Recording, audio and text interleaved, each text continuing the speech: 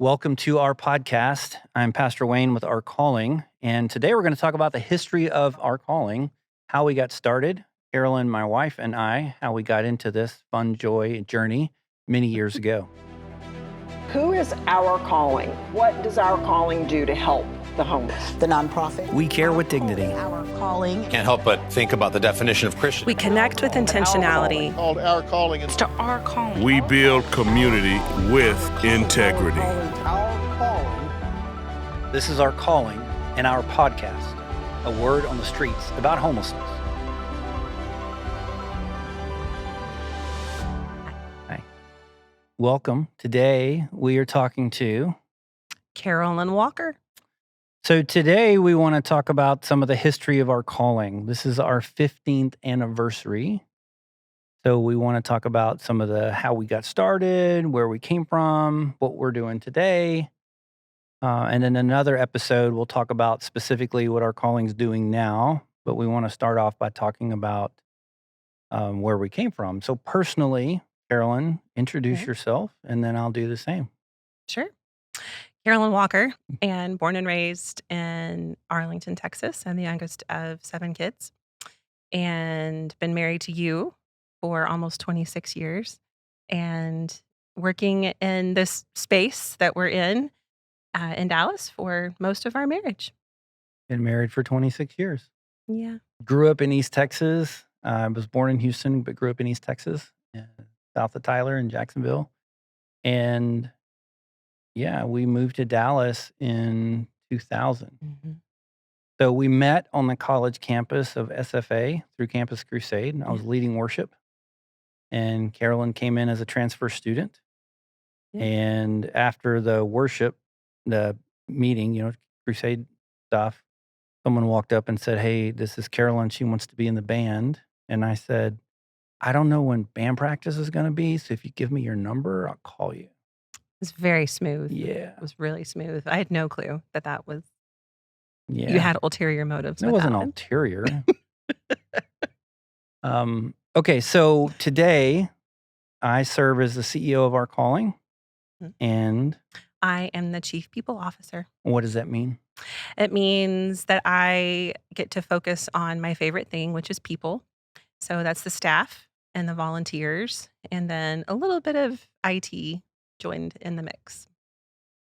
Okay. Well, why was Our Calling founded? Why did we do this?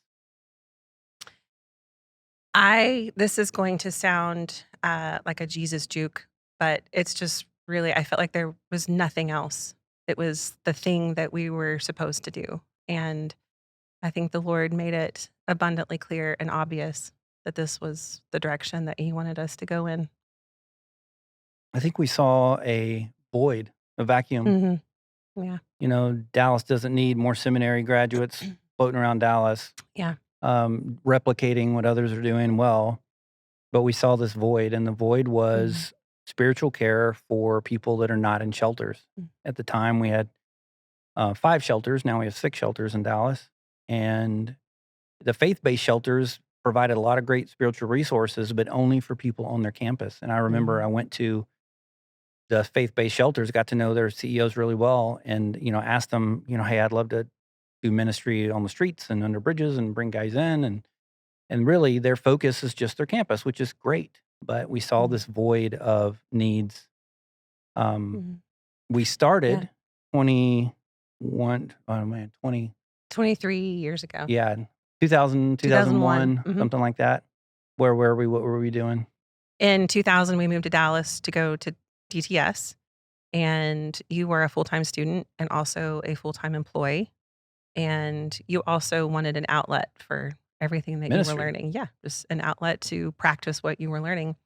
And we were members at Northwest Bible Church at the time, and Friday nights was, I think, the only time that was really free for you. And that was what they did on Friday nights, was they worked with Rip Parker, serving meals to our homeless friends in a couple different locations in downtown. Yeah.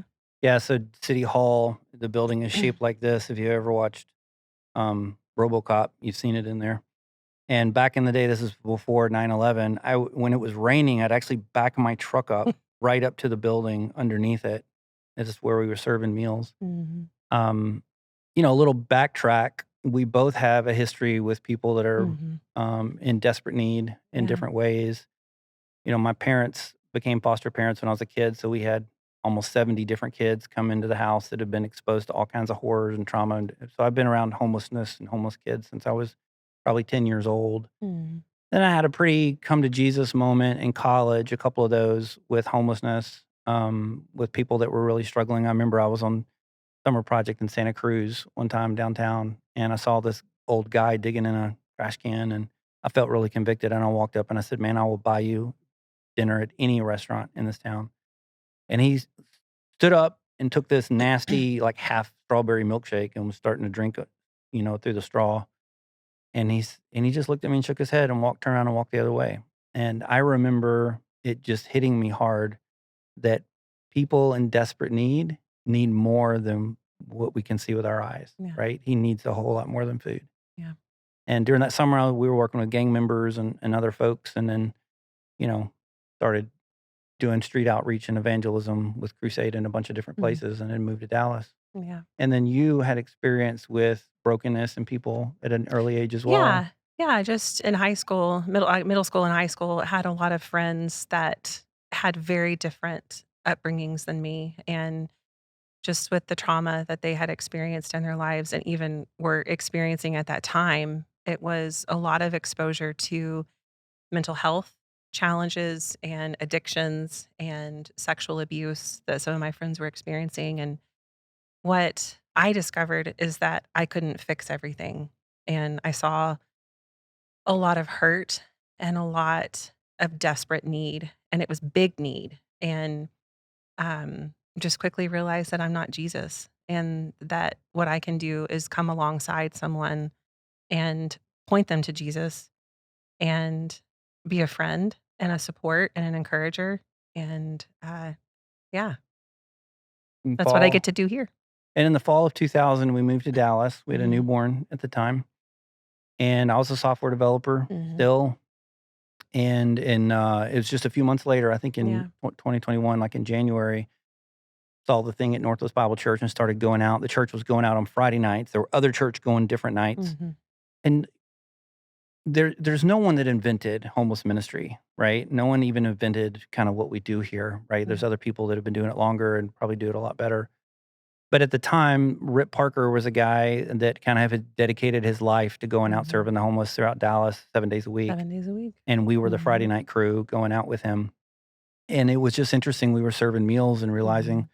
people needed more than that. I was Yeah. learning theology at school and wanted to know how to share that. And so started Mhm. leading Bible studies under bridges and Mhm. parks under trees and How to discipling. and how to contextualize it. Yeah, yeah, Yeah. contextualizing. I remember at one point, after I'd left software development, I had a job at Northwest and I had keys and probably wasn't supposed to do this, but I would go to the Preston AA group, Mhm.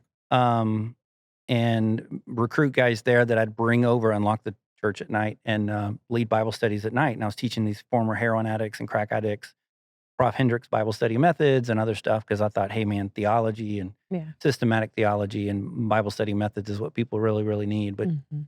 really, again, I think that's elementary to some of the bigger needs that they had. Mhm. And we really never wanted to start a nonprofit. Mhm. That was never the plan. We Yeah. were planning on going.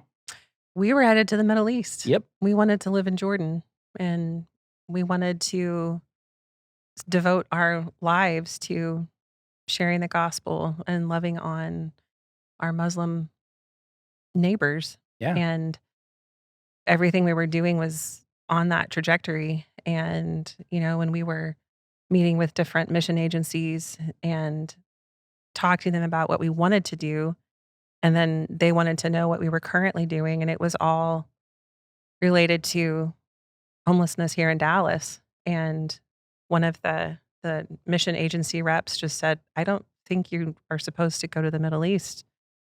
You have something here, and I think that's where you're supposed to be." And God really definitely flipped the script. And it took me some time to come to terms with that. And um being 47 years old, I can look back at my younger self and just say that it was just an act of trust and just giving God my yes and not knowing fully what that meant, but just trusting him with myself and with my future and with our future.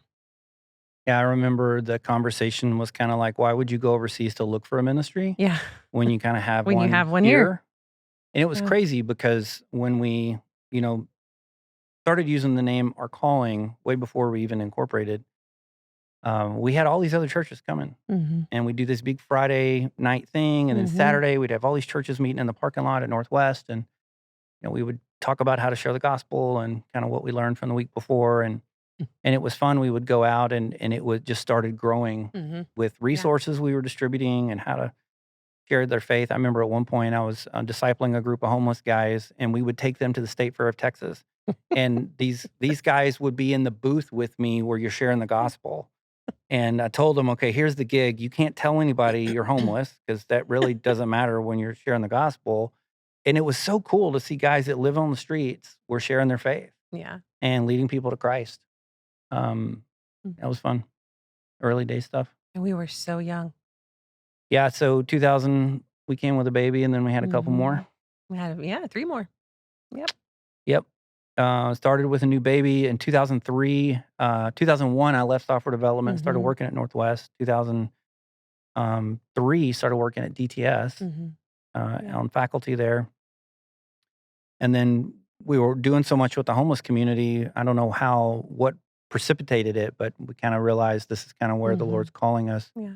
I remember one night because it at some point about 16 years ago, 2008-ish, 7 or 8, the city opened up the bridge, their city shelter, and so Mhm. then we started serving at the bridge rather than on the streets, meals on Friday nights. And I remember one night, one of my friends that was serving with us, he looked at me as we're serving food, and you know how it is, you're serving people that are hungry, but you look at them and emotionally, their life is just Yeah. destroyed. I mean, I remember people just weeping over their food. And as they would come in and get a plate of food, like, the food's necessary. Mhm. I remember one time I was on the streets and serving food, and this guy walks up to me with tears coming down his eyes, and he says, "Do you really think that sandwich is gonna fix my problem?" Mm. Yeah. And I was like, Nope. "Wow, okay." Yeah.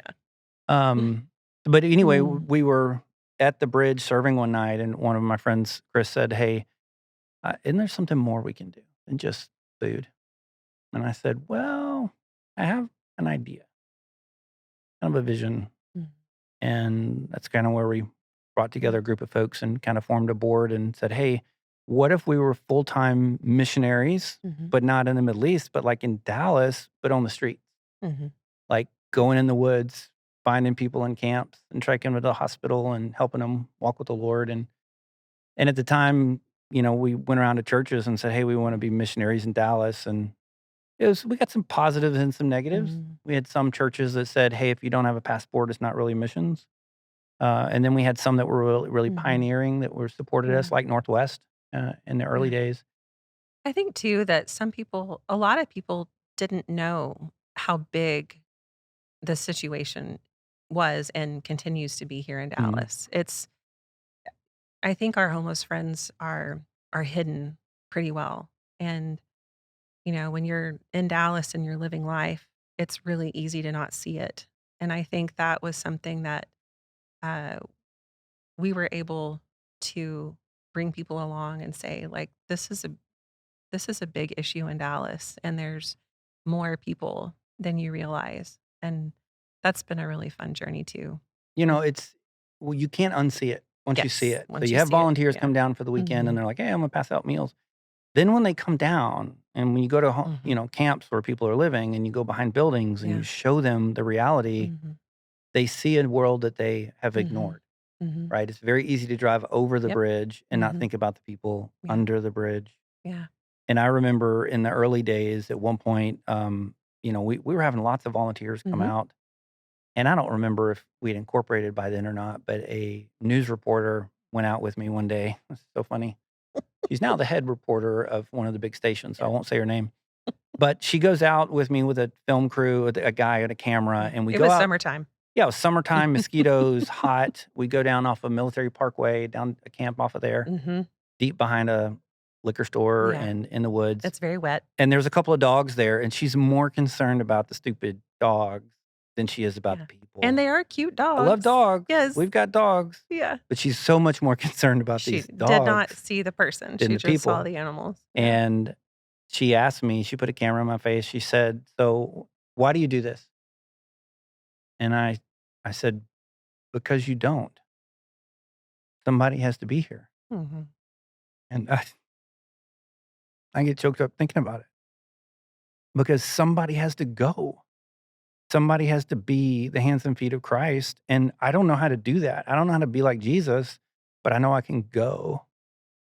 Our teams are going to the nastiest, craziest places around town, finding families fleeing domestic violence. Moms living in their cars, Yeah. elderly folks that have been abandoned to the streets. We find Mhm. trafficking victims every single day, people that have been rejected by their family or their friends, Mhm. people that are the outcast, and someone has to go. Mhm. I'm just convicted by Matthew 28 when Jesus says at the Great Commission, go and make disciples. I have no qualms with building a big church in a building and hoping everybody comes there. And that's great. We go to a big church in town. We've Mhm. been a part of a couple of churches, but we're also called to go Mhm. and to be Yeah. a light in a dark place and to love people. And we've seen the nastiest stuff. I Mhm. mean, finding bodies, Yeah. finding babies, finding abandoned kids, finding, people with bullet wounds. I've treated Mhm. gunshot wounds and thrown people in the car and trying to take them Yeah. to the hospital and Yeah. stabbings and all kinds of stuff. And it's not the homeless community that is so nasty and mean to each other. People experiencing homelessness have the highest um, rate of being victims of violent crimes. Yeah. They're abused. Mhm. Everything you read in the book of Proverbs of people taking advantage of the poor, you add to it Romans 1, which is like people not only sin, we invent new ways to sin, Yeah. and they do all this stuff to people that are poor and take advantage of them. We see just such a Mhm. need, and we could not walk away. Yeah. It's true. Yeah. They're people. And knowing that everybody that we encounter is made in the image of God makes it even more urgent in my mind and more important that people know that they are not forgotten and that knowing their name is important to us and knowing who they are. And I think just when a person knows that they are known and loved, it's a game changer.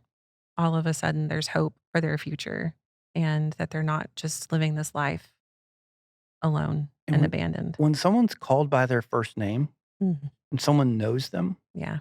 homelessness is a state of isolation, isolated Yeah. from friends, from family, from food, from economics, from Mhm. housing, from all this stuff. Yeah.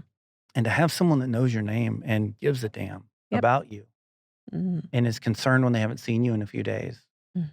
and, wants to really walk with you and care for Mhm. you is such a rarity for Yeah. some of the people that we work with. Um, I remember one time I was discipling this one guy and he asked me to go help him run some errands. And I thought, sure, man, no problem. I was supposed to take him over here and he was going to pick up something and have him go to his uncle's house and drop something off. And so we go to the place and he picks up the stuff and whatever it was and take him to his uncle's house. And then we go buy lunch somewhere. And I find out, naive Wayne, that I took him to go steal something. Oh And then gosh. I took him to a dope house to go buy some dope, right? And sell something as I'm trying to disciple this guy. And it quickly realizing that these needs in the Mm. cross cultural, I was taking cross cultural classes at DTS. And I feel like the cultural differences between significant socioeconomic Mhm. group is so far different. It's Yeah.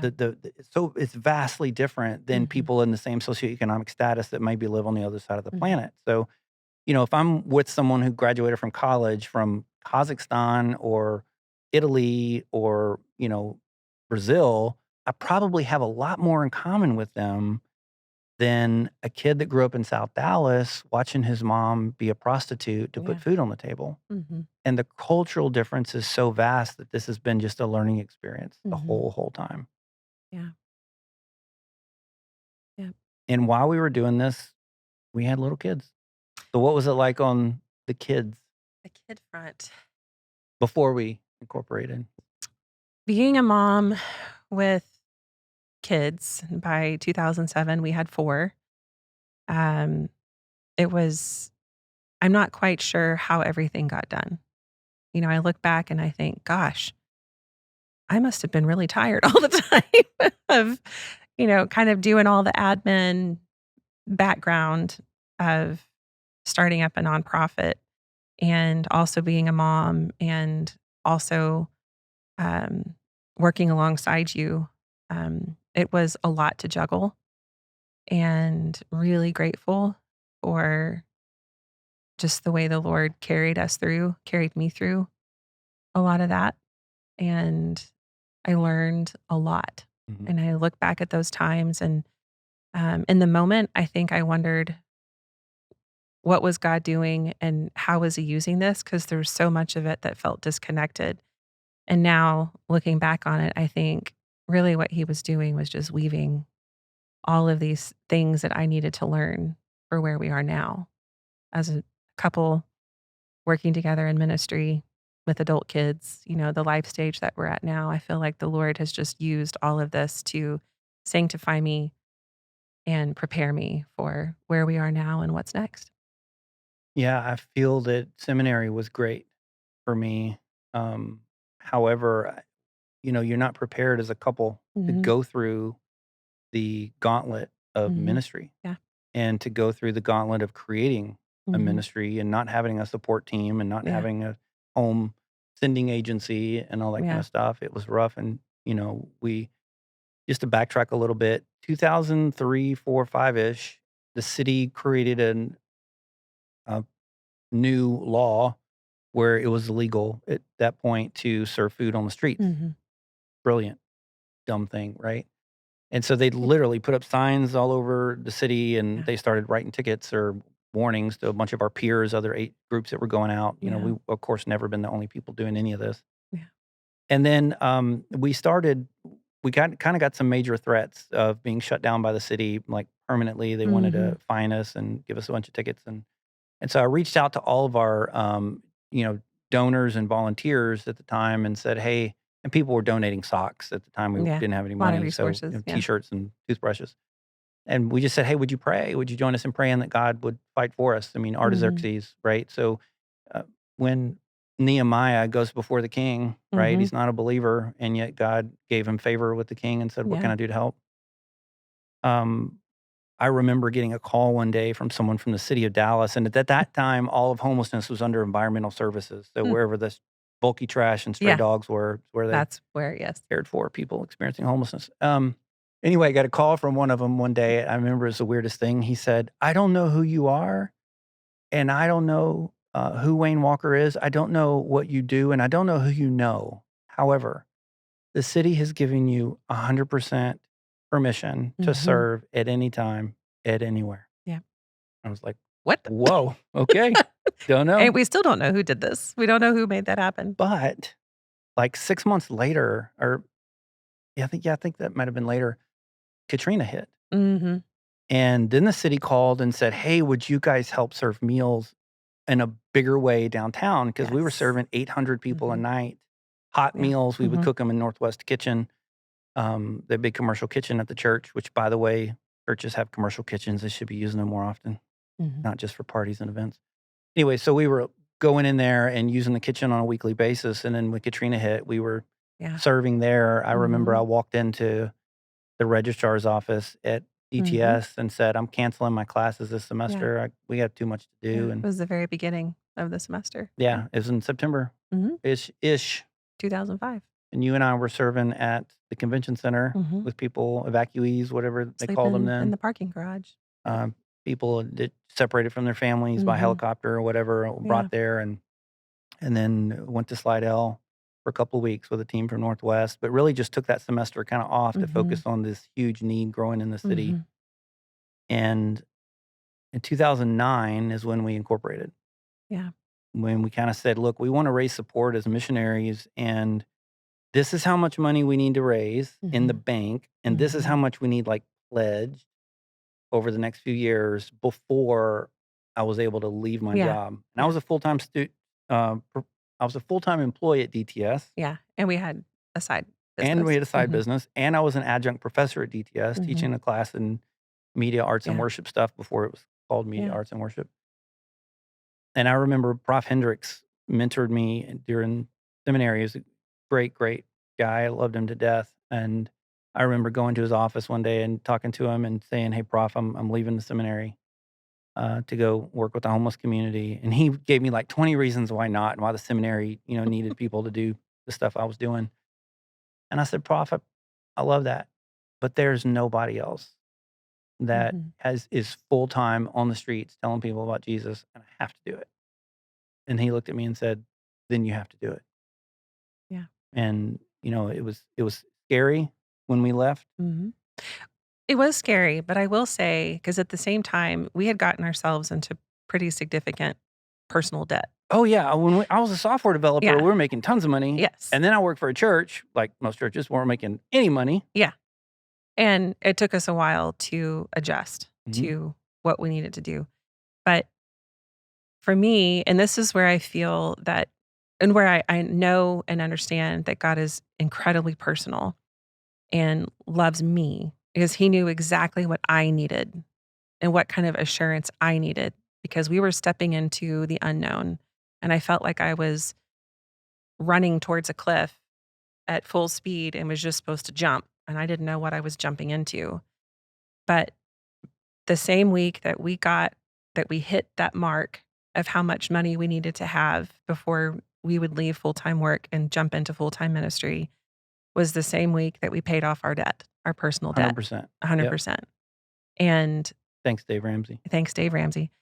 But that was what I needed, what I personally needed to know, like, okay, this is kind of like a Gideon Mhm. moment where I'm like, all right, Lord, if you Okay. really want us to do this, but that's what I needed. Mhm. And he wasn't upset with me for struggling to trust him. He just gave me this beautiful little gift of, hey, now you guys don't have to fight so hard to get out of debt. And you can put all of your attention on this. So it was a beautiful gift of assurance that we were taking the next right step, Mm. even if it was hard And a little scary. and a lot scary.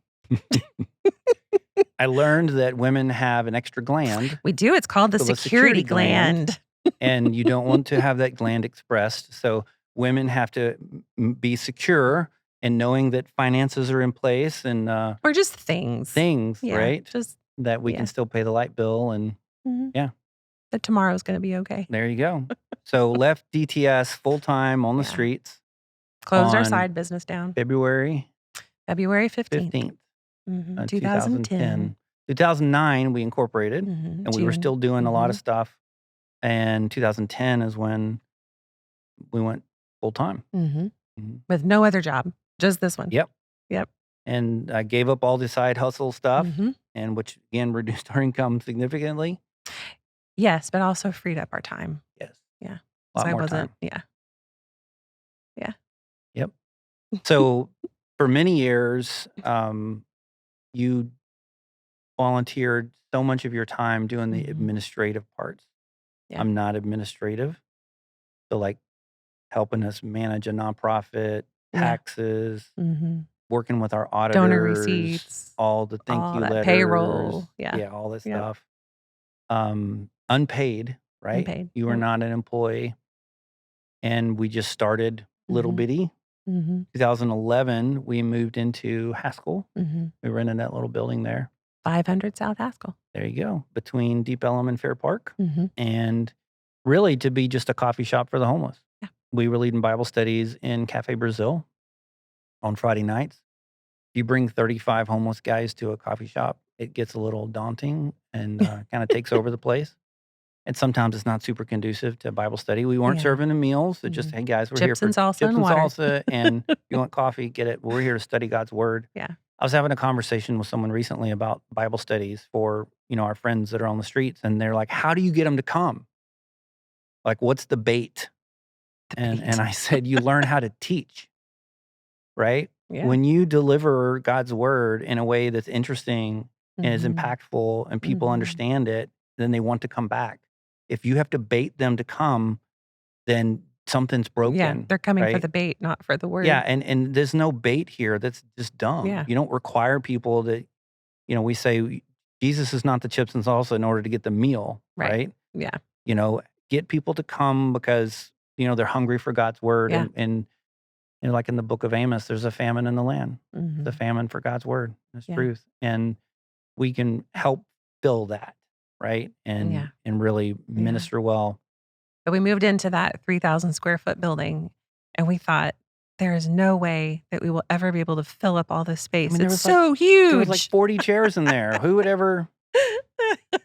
Yeah, we had one shower We did. and lots of rats. Well, that's another story for another day.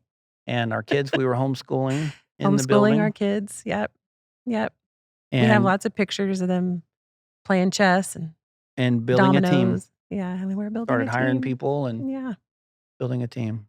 So, Mhm. what are some funny stories that you can remember, or some sad stories that you remember? Um, my counselor told me that usually there's a lot of our memories we end up tying to one person. And not that I start to think like all of these memories happened with this one individual, but it's kind of the representation of what I've experienced working in this space. And her name is Yvonne. And my first encounter with Yvonne was her somehow coming into the building on Haskell, and she was in heroin withdrawal. And I had never seen that before. I didn't know what was happening, and it was very scary to me. And um, I remember just thinking, like, this poor woman, she's tiny. She was very frail and maybe 5 feet tall. And she was dirty, and her hair was a mess. And she was just in a lot of agony. And I remember there were a lot of things happening. I was trying to get our kids away from that. That's too much for them to understand. And so I was trying to get them back into the office and trying to call 911 and trying to figure out what's the best way to help her. And, um, over the next couple of years, we got to know her really well. And she ended up having a really beautiful um, next few chapters in her life of recovery and reconciliation with some of her family and moving into a healthy community, which is what we desperately want for our homeless friends. Um, but she kind of epitomizes what I've experienced here at Our Calling. And it's someone that in the moment, I didn't know who she was. I just knew that I cared for her and I loved her and I saw hope, and she didn't see that. And I remember thinking, like, how do you how do you extend or share hope with someone who feels hopeless? Mhm. And so she was a very patient teacher with me. I learned a lot from her in the time that I got to know Yvonne. Some funny stories, I think. Now, Yvonne, Oh, one yeah. last thing with her. Yeah. She was assaulted on a regular Mm. basis. And at one point, she said something, those words I've heard you repeat many, many Oh, times. yes. I asked her one time just in a moment because I truly didn't understand. Like, if the things that had happened to her against her will had happened to me, I don't think I would live. I think I would take my own life. And she was continuing to live and fighting. And I asked her, I was like, how do you do that? I don't understand. Like, how do you wake up the next, how do you keep going? And she said, sweetie, I just walk with a limp. And she recognizes that her life has been hampered in some way and that it's it's different than what she had hoped her life would be, but she just walks with a limp. She just keeps walking. And that has stuck with me. Mm. Yeah. She's an amazing woman. We've learned a lot from our neighbors. Yep. And Much more than we could ever teach them. oh, they're the ones with the PhDs in homelessness. They're the Yeah. experts. And life. Yeah. And, there's so much debate on what to call people experiencing homelessness. Are they homeless people? Are they Mhm. houseless? Yeah. Look, we know so many people that live on the streets that they tell me, I'm a homeless person. Call me that. Okay. Okay. Right. Fair enough. So depending on what group we're in, right? Yeah. Forgive us, but Yeah. they are houseless. They are homeless. Mhm. They are experiencing homelessness, and they're And they neighbors. are our friends and they are our neighbors. Yeah. Yeah, we've never called them clients. It's always been friends, Our guests. neighbors, Yeah. and then trying to help build a team Mhm. that will love people Yep. well. Mhm. I think that's always really been the case. Yeah. We switched a little bit in how we do that over the years, Mhm. but I feel like the focus has always been how do we love our neighbors Mhm. and how do we get Yeah. them off the streets. Yeah. In those early days, we saw all kinds of stuff, Mhm. lots of gross stuff, and our staff still get exposed to Yeah. gross stuff. Yeah. And I think one of the biggest lessons we've learned is establishing where I end and where somebody else begins. Boundaries. And yeah, boundaries. And then just honoring the autonomy in another person and not forcing decisions on them. And, okay, you need to go to rehab and you need to go to this program and you need to get help. And instead, just honoring the fact that they are a human who makes their own decisions. And when they decide that they want to get into a program, they're going to tell me. They're going to tell our staff. When they're ready to make these decisions, we honor them and their journey. Their And autonomy. yes, it's so important. I don't want someone to tell me what to do. So I need to respect that with I know somebody that. else. Yes, you do know that. But it's really easy in the space where we work that we hinge our success on the decision of somebody else. And practicing on a daily basis, I am responsible for asking the questions. I am not responsible for your answers. So if our two questions that we ask are, will you trust the Lord? Can I help you get off the streets? I want to give our staff the tools to get better at asking those questions so that they are freed up, that their feelings of, did I do a good job today, are not dependent on somebody else and their answer. And it allows us to have deep empathy and compassion for the people that we work with and allows us to know that I'm doing what I'm supposed to be doing. And so you have that tension of the yes and of it's extremely difficult and it's extremely good. Mm. And learning to wrestle with that and learning to know, hey, right now I need to tap out. Today has been really hard. I need to step away. And, some of the other things that I think we've learned the hard way, you and I have our scars. You and I both have crashed and burned pretty hard. Mm-hmm. And the Lord has been incredibly gracious and merciful with you and me that not only did he repair us individually, he has kept us together.